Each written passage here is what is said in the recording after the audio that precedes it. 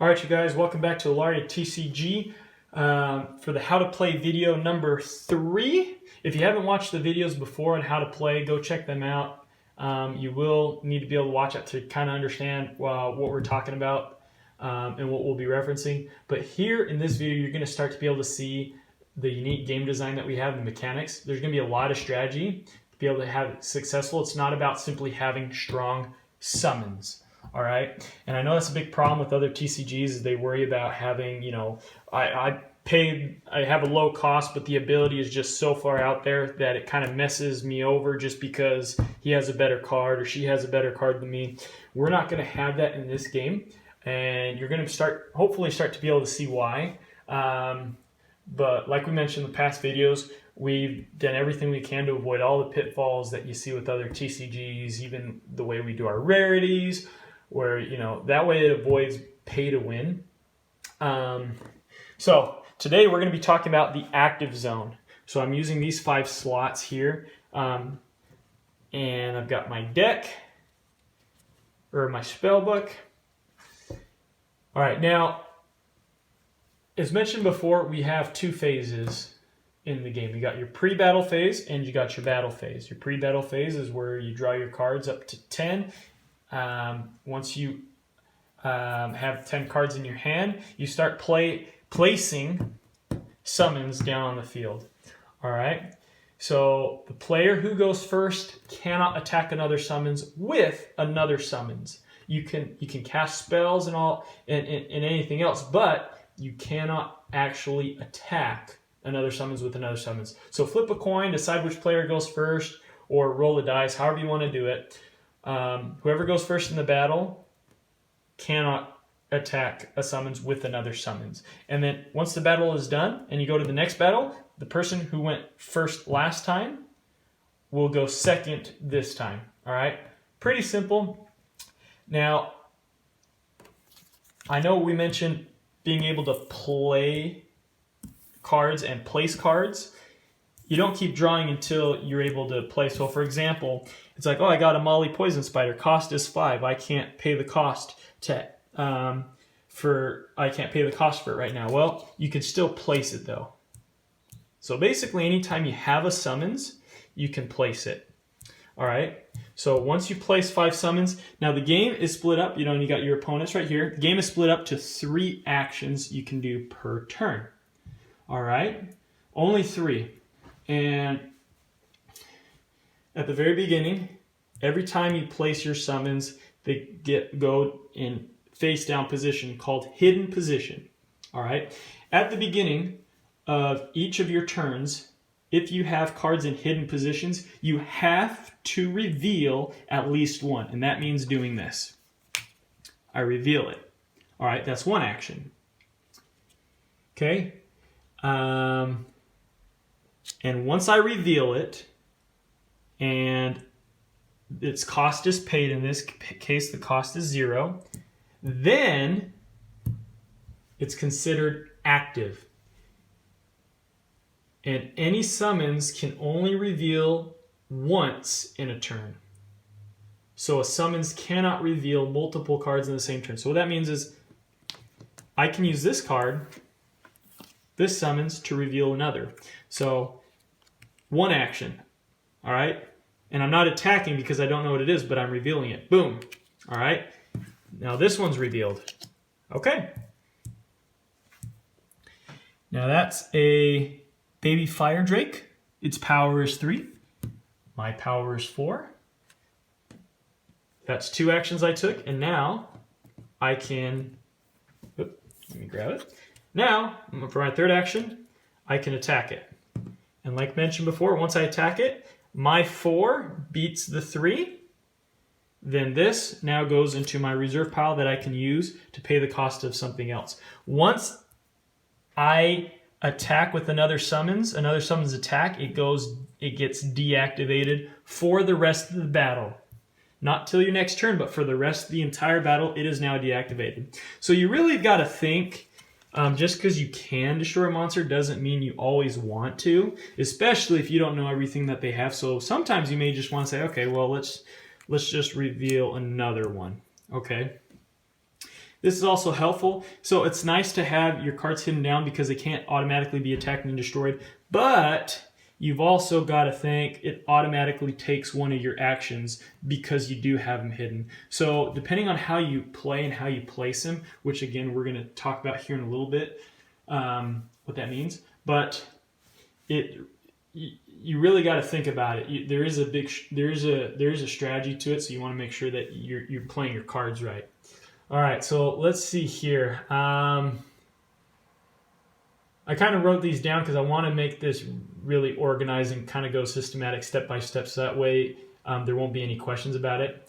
All right, so as you play, your goal is to defeat your opponent's summons. Those defeated summons will go into your reserve pile, where they can be used to pay the cost of other more powerful summons. So for example, oh perfect, let's do this. So say, yeah, I go my turn and I attack, boom, boom. Say green squid and baby fire drake are gone. Let's just say as an example, all right? So I got a 3 and a 5 in my reserve zone. I can use these. So what I can do is on my turn, if I reveal a card, if I cannot pay, if it has not been paid, it comes revealed, but it's deactivated. Until either 1, it's destroyed, or 2, I activate it. And the way I activate it is I say, okay, great, this is 5, I need at least 5, okay, I'll pay the cost because these together are 5. They go into my safe zone, which means I can't use these to pay cost of anything anymore, and now it's active. All right, so now I've got this active, so I can do 1, all right, 2, reveal that.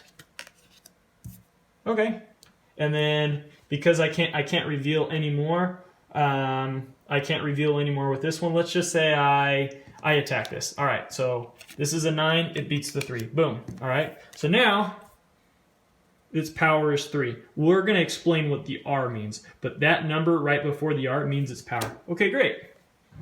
You start to see a little bit how this works. Now let's see. Explain how powers go down for the turn only. All right, so this is very important to understand. When you do battle with another summons, so let's put these back here, let's say as an example, all right? Sabermouth Juvenile, if I'm attacking, its power is 4, green squid is 2.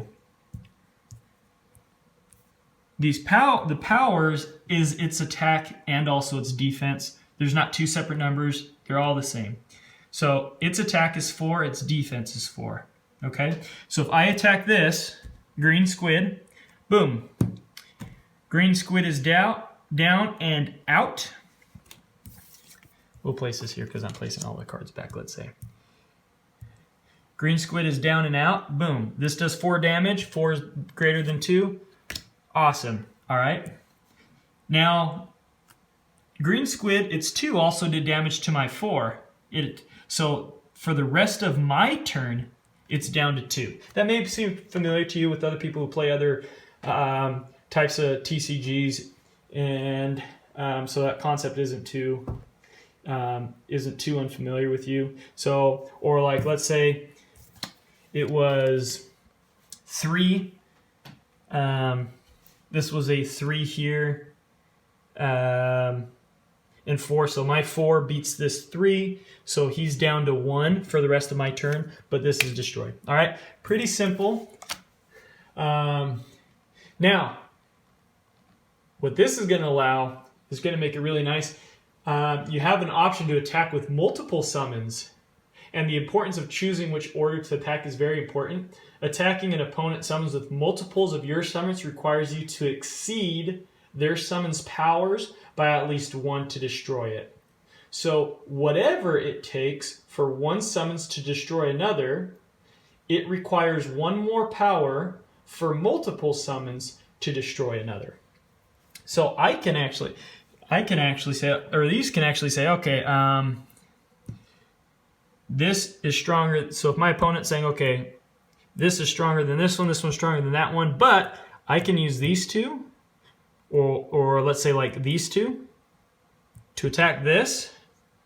So whichever one goes first. Now, when you attack, you do not declare an attack all at once. Each attack is individual and separate, which is important because I say, okay, this one's going to hit this one first. Boom. This is gone to my reserve pile.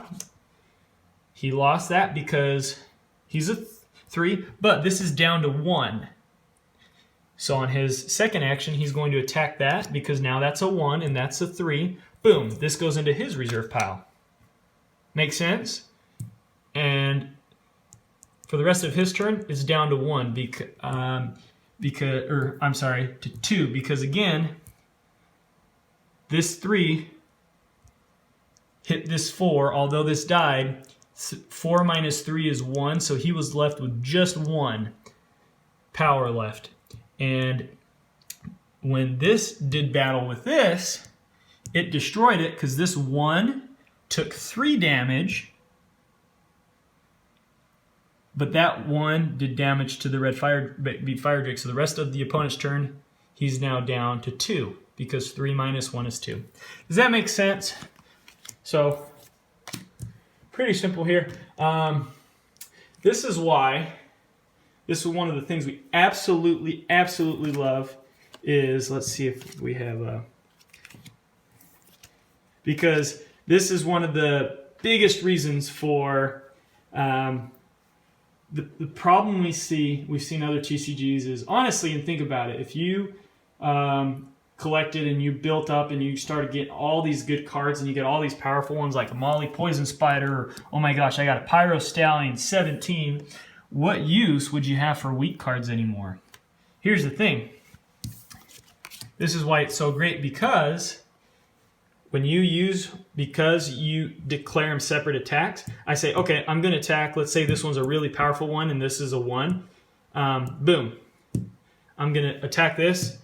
I lose this, but then this one attacks this, and I'm able to destroy the really strong one, but this is deactivated. Does that make sense? So you got to strategize how you want to do it. So for example, Pyro Stallion here is 17 power. So I can determine, okay, what can I use? Maybe nothing's up as strong as that one. Okay. Maybe I can use let's see, actually, we'll do it this way.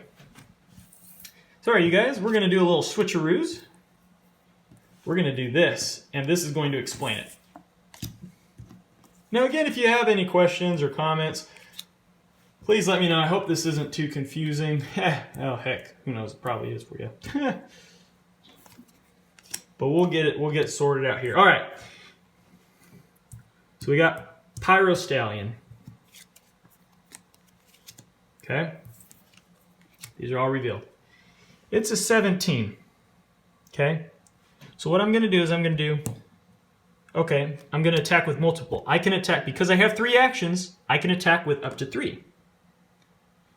So what it means is, like, say, if I do this, 9, boom, this brings it down 9, but I lose my strongest one. So you want to attack with your weakest one first. So the idea is you attack with your weak ones, they get just the weak ones here, and then you can finally defeat the big one and have the big cost. And you can use this cost as 17. All right? So it's very handy to figure out exactly how you want to do it. Now, the reason we don't attack them all at once like other games where you say, okay, you got to declare your attack, it's either all or none. You can do it one at a time. You can say, okay, I'm going to attack with this. This allows your opponent to respond back to you and see if he wants to counter that. And then you can do it separate. Say, okay, I'm going to attack with this. Okay, attack with this. So although these, let's say, for example, the math worked out where these 2 died, I got this one, and now this one's deactivated. All right? So, although I got this big one, although I took their big one, he took 2 of mine, and now another one of mine is deactivated. Now, a little bonus, which is very important to recognize. All right? Say I have this one that it's not active yet. and I only have this in my pile. Well, if I reveal it, it costs 5. Okay, cool.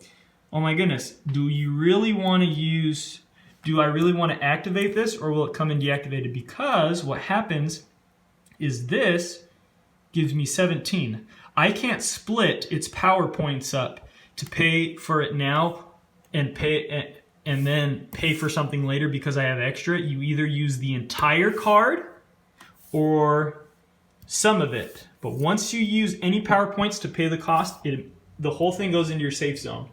So that's kind of another way to balance it out. So yeah, although he lost a big one, he took 2 of mine and 1 of mine got deactivated. So when I did attack with the Amali Poison Spider, it got deactivated. All those things just for this. Not only does he get a benefit, but also he has these where he can split up costs, right? So if he has something that costs like 5 or 6 or something like that, he doesn't have to spend his big one here. So, and I benefit because I took out one of his big ones. And the nice thing is, let's say I have 3 cards, right? 1, 2, or 3 cards that this can pay for. This can pay for multiple cards. So I do 1, 2, 3. Let's say they all have costs, right? Okay, I can pay for all of these with this one. Safe zone, these are all active, just from 1 card. All right, so hopefully that makes sense. Hopefully you can start to see there's pros and cons. You really want to think how you want to take the cards. Now, we also want to mention there are some cards. Now, this is where I think is kind of the holy grail of this whole setup. You see, here's the thing.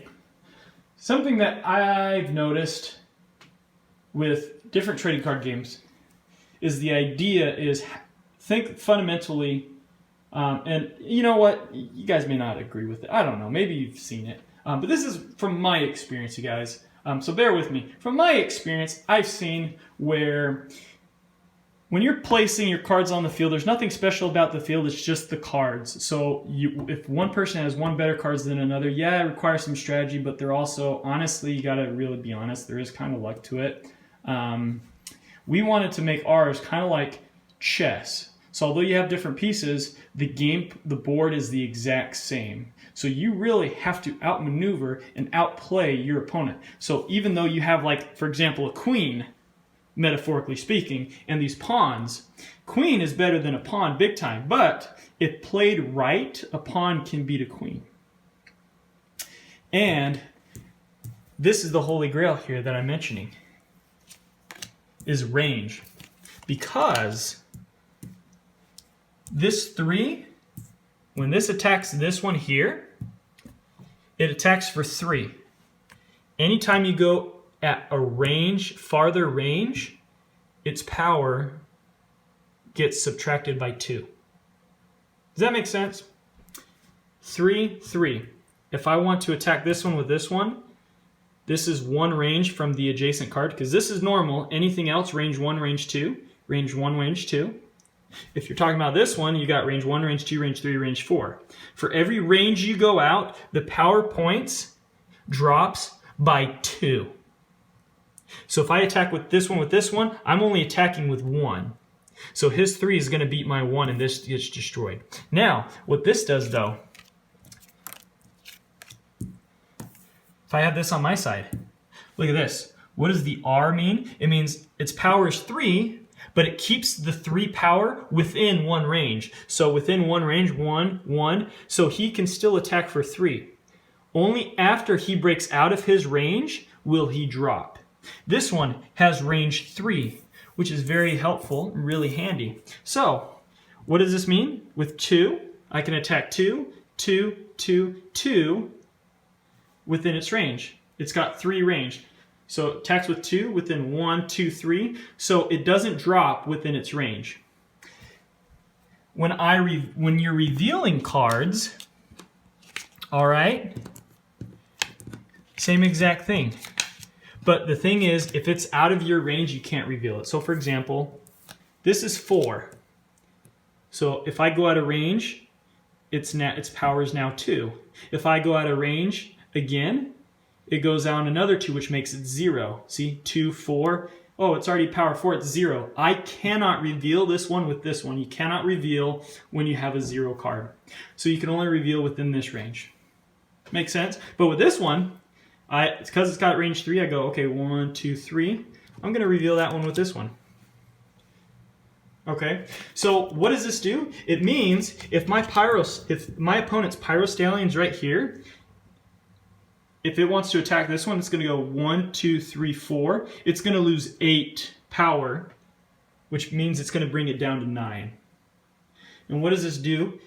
Is it makes it so the field is also super important. You have to play the field right. So you can have really strong cards, but you can't use them to their full potential if you don't place them right, if your cards don't work off of each other. Does that make sense? If you have any questions about that, please let me know in the comments below. It's very important to remember this concept. It's really awesome.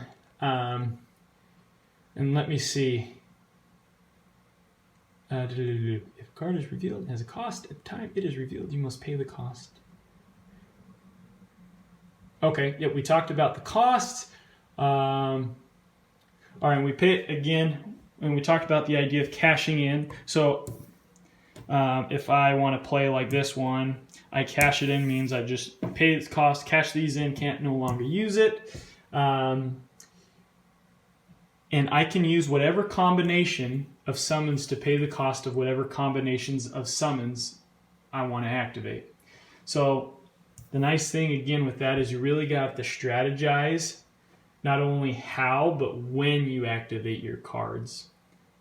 You can do it at any time, so it may not always be the best just to pay the cost immediately if you are able to. So you really have to think through your moves, and you really have to think through your moves. If you got a powerful one, well, guess what? If you attack it, it's deactivated. It can still be attacked by other ones. So keep it out. Wait to see what you have, because maybe, yeah, you can destroy this one. It gets deactivated. But what if you were able to destroy this one and it gives you more power points? So wait a little bit. You're going to have to... This is one of the most brilliant things that we discovered, is because you have two things you do. One is you make low cards have late game value, and you have to have low cards to be able to play your big ones. And what does that do? All of a sudden, you're no longer getting through a booster pack and saying, oh, this is useless. You go through booster packs, swap out your cards if you want a certain type of deck, sure. But you will already have a playable deck, and they're going to be effective, where it brings it down to you and your strategy. Basically kind of like a video game. You can do a pay to win, or that a lot of people don't like, or some people that I've talked to said they don't mind paying if it's just for skins though, right? They just look different, but it doesn't give their character an inherent boost and make them better than everybody else just because they paid. It's kind of like that. Sure, you can make your deck centered around, different themes, because different kinds of spells or different types of decks will do different things, but they're all balanced. Because everything is balanced within a mathematical ratio between its cost and its effect / power / ability that it does. Everything is kept within a certain range, so that way it's no longer pay to win, even with different rarities. But is also, the second thing is, you got to make sure that the element, that it's not just card versus card, it's also cards being used on the playfield. Does your playfield do anything? Does it benefit you at all? This is one of the most brilliant things, is this idea of having a range. All right, in this particular case. So I can have my powerful cards if I have them here. Well, if I have cards at range that kill my big card, I'm out, and I don't want to do that. Or if someone places their big card here, I'm safe if I want to use these two to do something else. Every card will have value to it, all right? So let's see. No, this is also awesome as well, because again, you do inevitably, with a lot of other games, have this idea of luck. Sometimes you just don't draw the hands. Again, say I draw all cards that have a cost. Well, guess what? I have to play them. All right? I have to place them. I can't play them. Playing them is if I'm able to actually use them, but if I can't use like a Molly Poison Spider because I don't have anything in my reserve zone, well, it's now deactivated. I have to place them. Now, I've got something cool because, again, you have 10 cards in your hand at the start of every turn. I can use the card and say, okay, fine. I'm going to place this face down in my reserve zone. All right? This is going to give you, it's called a PowerPoint token. This is a little way to offset that luck, so you don't get resource gypped just because you don't happen to have, zero cost creatures, which again, which adds to the element if you like deck building. You've got to be able to get the right ratio. You have to have a lot of the small ones to be able to get the big ones out. So if you want to fill it up with all big ones, sure, but you're never going to be able to play. Or if you just say, I'm going to get all big ones, but I'm going to keep using PowerPoint tokens to get them out, you're going to be so behind and you're going to be losing a lot of cards. You have to figure out how to play it strategically. And to avoid this offset with luck, maybe you just getting a bad hand, we're not going to set you up with your opponent because maybe you did have a bad deck and you didn't spend time trying to build it. Or maybe, it really was unlucky, so we don't want you to completely fail because you do have a good deck, but you just have. So to offset this luck and to also make sure that we're not just forcing you to keep up with your opponent if they're playing really well, is you can choose to play a card out of your hand face down in your reserve zone. This counts as a PowerPoint token. This does not count towards your score of 50, though. If I have 49 PowerPoints between my reserve zone and my safe zone, and I need one more to win, these don't count. But what these count towards is I can use this to pay the cost of other ones, and once I use it, instead of going to my safe zone, it goes into my cooldown pile. All right? So yeah, it's a bummer. You do lose that card in your hand. Maybe it was a good spell, but hey, you had to think. Whether you place it down and you flip it up to be able to use it or play it, or it gets revealed and it gets deactivated until you can play it. All right? So you really have to think about it, you guys. Now, let's see. Did he give you PowerPoint? Did you pay costs? Okay, we mentioned it does not go towards your 50 points if you use the PowerPoint token. All right, a battle is over. Once a battle is over, once all the hidden summons are revealed and nobody can perform any more actions. Or a battle is over if a player chooses to take no action and another player chooses to take no action. So 2 back-to-back turns where no actions are taken. Now do note, however, that this scenario is impossible while there are hidden summons because players have to reveal every turn if they're able to. This counts as an action, and thus they are able to play during their turn. Once a battle is over, players will pick up any remaining summons that survive the battle and place them into their hand. They draw from their spellbook until they have 10 cards in their hand. Then they place again 5 summons and start the battle over again. They can use the same cards or all new summons. It's your choice as the player. You can also place them however you want in the active zone. All right? And like I mentioned, the player who goes first is the player who went second the last battle. Remember, they cannot use a summons to attack another summons their first turn. Now, this is important. If you had a summon in which you paid its cost and it survived the battle. So let's say I have this. All right. I have a summons in which I paid the battle, or in which I paid the cost and it survived the battle. Even though you place it back in your hand, when you play it again, when you play it in the next battle, you no longer need to pay its cost again because you already did. Be sure to keep track. Now, if you forget what you paid for, you have to pay its cost again. That is a rule. In the case for multiples of the same card, when you put multiples of the same card hidden in your active zone, so if I have multiple of these, the first card in the multiples that gets revealed is the one you do not need to pay the cost for. So if I have 3, 1, 2, 3 here, let's say, all right, it's a new round and everything is now down. And these 3 are Pyro Stallions. The first one that gets revealed is the one that I do not need to pay for. Or if an opponent reveals it, so you gotta figure out strategy-wise as well. You know, even though you have multiples, well, whichever one gets revealed is the one I don't pay the cost for. So keep that in mind. And the first card, let's see. So if you have the same cards side by side, for example, and player reveals one of them, then that's the card you do not need to pay for the cost for. So say it was over here. Okay, I do not pay the cost for that one. All right.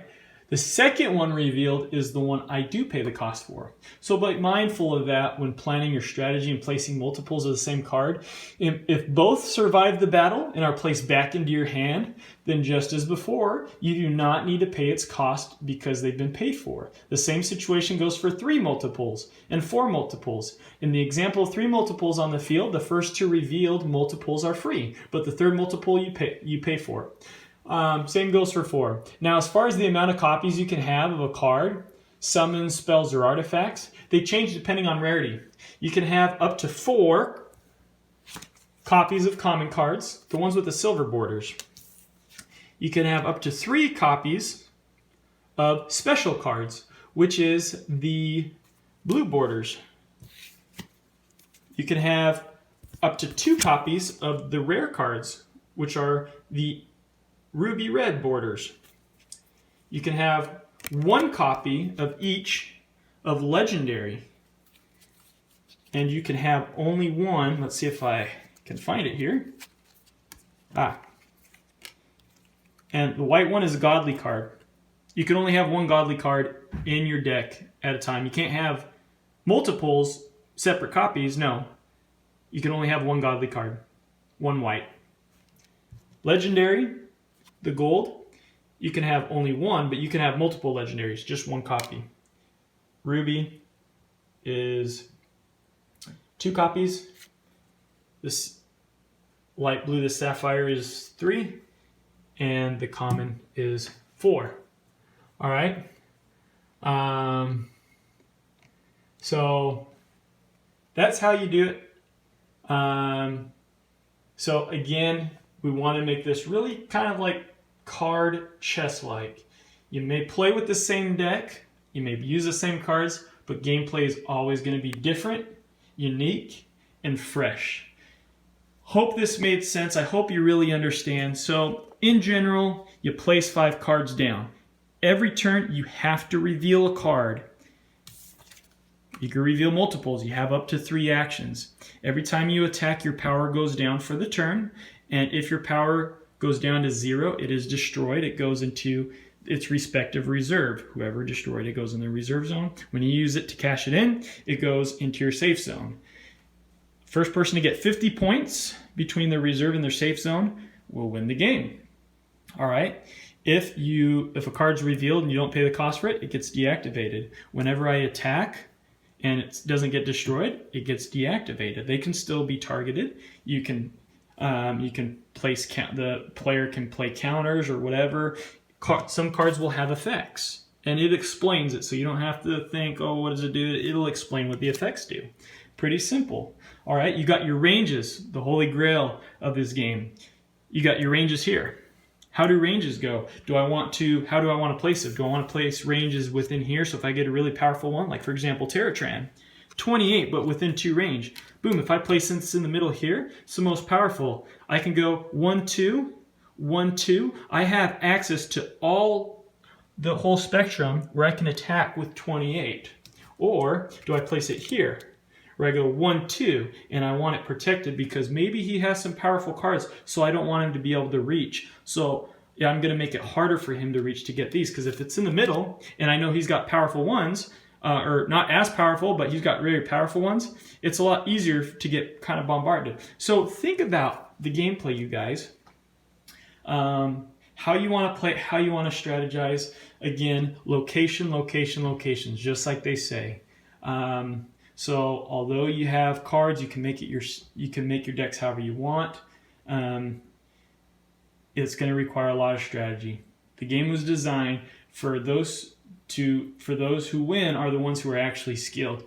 To avoid pay to wins to avoid my card's better than yours, therefore, just because I got it, booster packs will automatically put you together a workable, functional deck with 2 all this automatically, all right?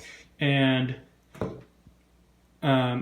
if for some reason you feel like you get resource gypped or you can't do anything, you got a little saving grace. Place a card out of your hand in the reserve zone, and then you can use that. Once you use it to pay the cost, it goes into your cooldown pile.